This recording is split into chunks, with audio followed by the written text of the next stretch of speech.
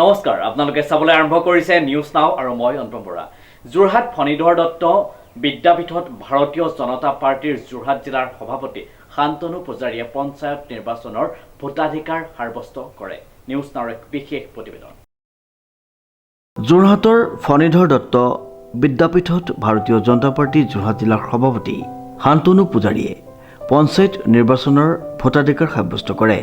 ভাৰতীয় জনতা পাৰ্টিৰ যোৰহাট জিলাৰ সভাপতিগৰাকীয়ে সংবাদ মাধ্যমৰ আগত এনেদৰে মন্তব্য প্ৰকাশ কৰে। 5 বছৰ পিছত অনুষ্ঠিত হোৱা পঞ্চায়ত নিৰ্বাচনে আচলতে আমাৰ ৰাইজৰ সৰু সৰু যিবিলাক আশা ভৰসা, সৰু সৰু সুখ আৰু দুখ সেইবিলাক নিৰ্ধাৰণ কৰে। সেইকাৰণে পঞ্চায়ত নিৰ্বাচনটো আমাৰ কাৰণে অতিশয় গুৰুত্বপূৰ্ণ।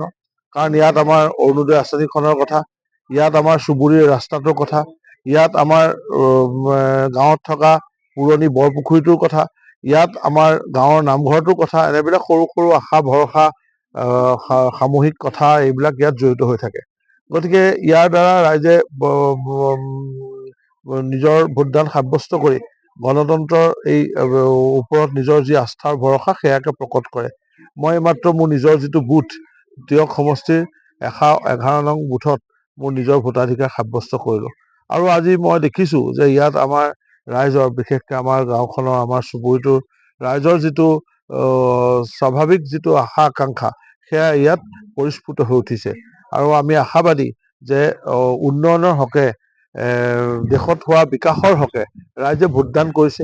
বিকাশৰ পৰিভাষা এতিয়া দেশত সলনি হৈছে, উন্নয়নৰ পৰিভাষা এতিয়া সলনি হৈছে।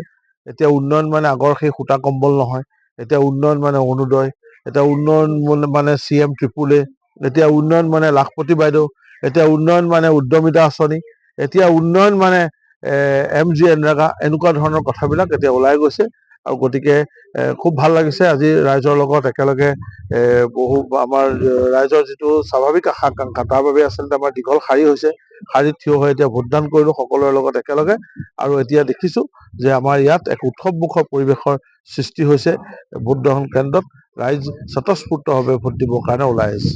যোৰহাট জিলাত ভাৰতীয় জনতা পাৰ্টি আৰু NDA, আমাৰ যিটো অসম গণ পৰিষদ গণশক্তিকে ধৰি আমাৰ যি NDA সংখ্যাগৰিষ্ঠ আসন লাভ কৰি 16খনৰ ভিতৰত আমি যোৰহাট জিলা পৰিষদ আমি গঠন কৰিম। সেইটোতো হয় আৰু ৰাইজে বিকাশ দেখিছে, উন্নয়ন দেখিছে।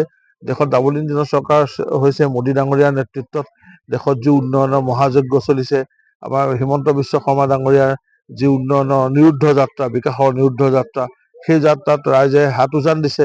আৰু সেইকাৰণে ইয়াত আচলতে যদি বেলেগৰ কথা চিন্তা কৰি ইয়াত কিছুমান বস্তু আগবঢ়াই নিবলৈ অসুবিধা হ'ব, সেয়া ৰাইজেও বুজি পাইছে। সেইকাৰণে ৰাইজে NDAৰ সপক্ষে ভোট দিবলৈ, ভাৰতীয় জনতা পাৰ্টিৰ সপক্ষে ভোট দিবলৈ স্বাভাৱিক বা স্বতঃস্ফূৰ্তভাৱে ওলাই আছে। শ্ৰীমন্ত মাধৱ বৰুৱাৰ ৰিপৰ্ট, নিউজ নাও।